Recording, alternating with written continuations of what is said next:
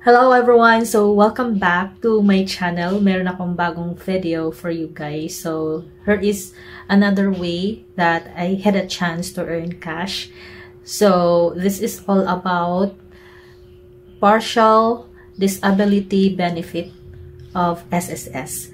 So, I was able to take advantage of this benefit, guys, because, of course, as someone na nag-contribute sa SSS, nagamit ko siya because I've already told you dati na nagkasakit ako, diba, last December.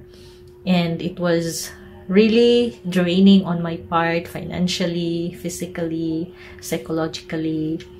And it was hard for me. So, affected lahat sa akin. So, when it comes to financial matters, I decided to find ways to cope up with it. And thankfully, at that time, may tumulong sa akin. Kaya naka-survive talaga ako at that time. But the impact after a few months is really huge. Kasi, di ba, may mga maintenance, gamot, follow-up check-up, and all. And I have to travel to Dumaguete to do it. So, I decided to find ways to earn cash, yung makatulong sa akin to cope up with this. So, basically, I'm going to share with you kung papaano, magkano, o anong ginawa ko to be able to have this SSS partial disability benefit. So, nung naoperahan ako, I gathered all of the requirements. So, galing naman siya sa hospital, diba? So, you just have to gather it. And don't forget to have a certified true copy ng yung mga papers like medical abstract, operative technique, medical certificates, and all those papers na kailangan mo.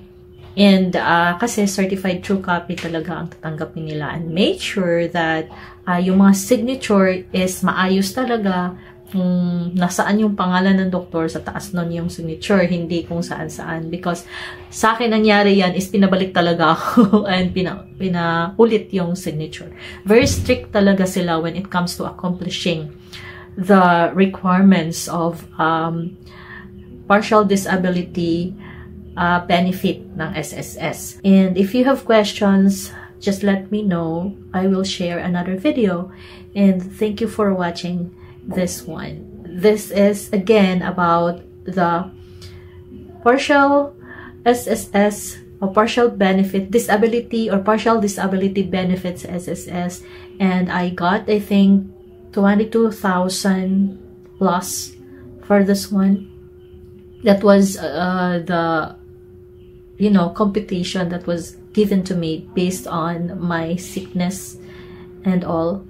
So, thank you so much for watching. I'll see you next time, and please don't forget to subscribe. Bye!